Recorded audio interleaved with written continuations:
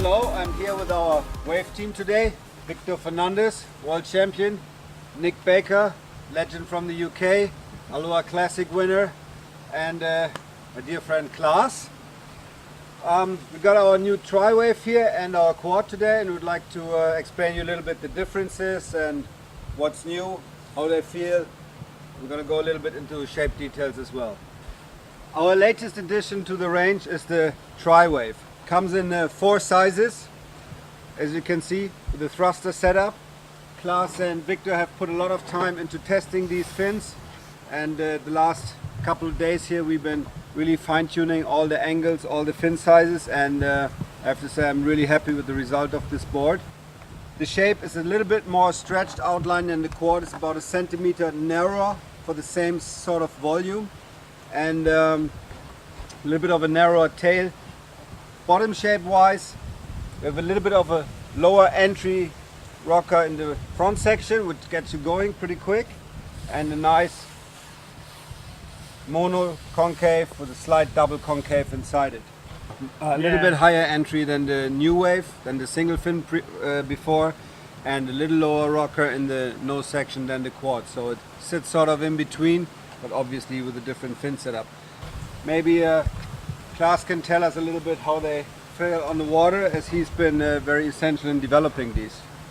Yeah, Victor and I have been testing for many weeks on these boards, especially in Chile in the cross onshore spots, because we really wanted to focus on that the boards are planing, that they work really good also in cross onshore conditions, not only in sideshore hookkeeper stuff. And yeah, that's why we were testing a lot of different fin setups, a lot of different stuff, even with a single fin setup, to make sure that this board is working just in every condition. And we have a lot of contests this year and in the previous years where we have to focus more on this cross onshore stuff. That's why I think we came up with a pretty good board for the overall cross onshore, sideshore adjustable board. So I think it would be interesting for the audience to understand, Victor, when are you going to use the quad and when will you go for the triwave? Yeah, okay.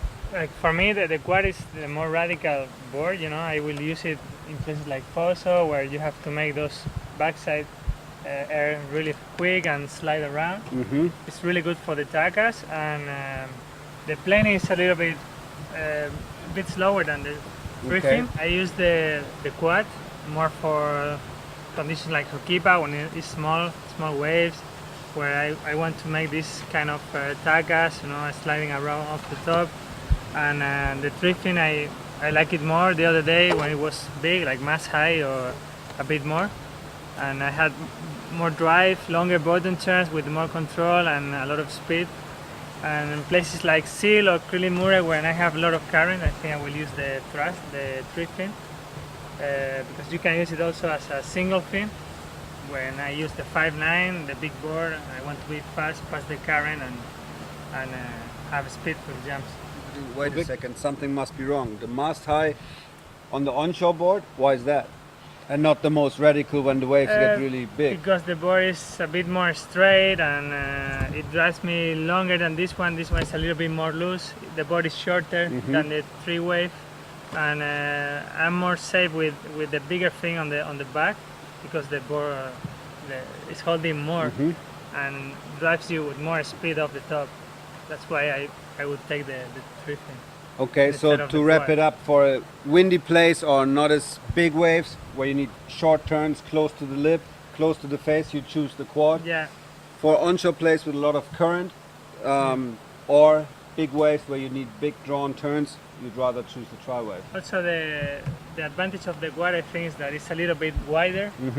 So for, you know, when you need more flotation and move around on the wave, like snappy turn, really short turns, it's a bit better than the triwave. Well, I'm using the quad as it's the most radical waveboard and more compact shape in a more sideshore oriented wave riding spot, and I'm using the triwave in a more cross onshore, still snappy turns, but still kind of the lift of a single fin style board, in a more cross onshore spot where I'm still want to hit the lip and want to do short snappy turns.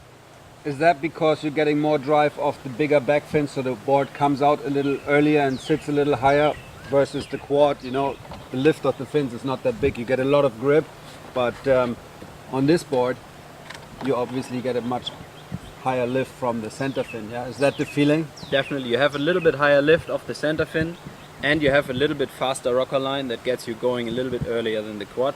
So you get more speed. You get more speed for the jumps and the takeoff. You have a lot of grip and a lot of projection off the lip. Nick, maybe you can give us a little bit. Well, for me, I'm not on the tour anymore like these guys, so I don't get to sail in such great conditions all the time.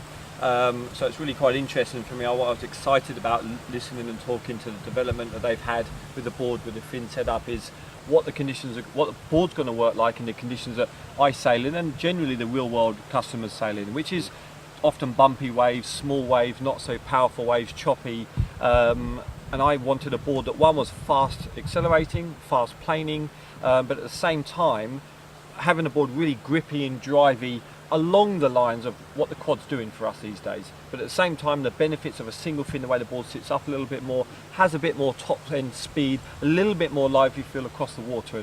And I think what we've achieved here, what these guys have achieved here, it has certainly been that. I mean, I'm out on the water sailing on the first day, hadn't been out in a wave bigger than a head high for 2 years, and I'm sailing mast high hook keeper on the 86 and then the 79 and having an absolute blast.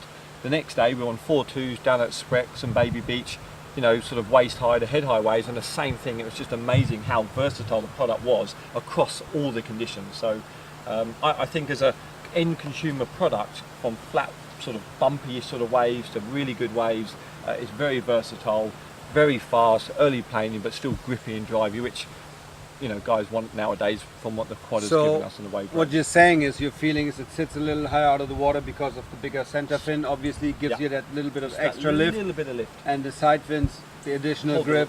So you're right there. Side fins holding that rail in the water, giving the grip and the drive as you're turning. All in all, like Nick mentioned, super versatile board.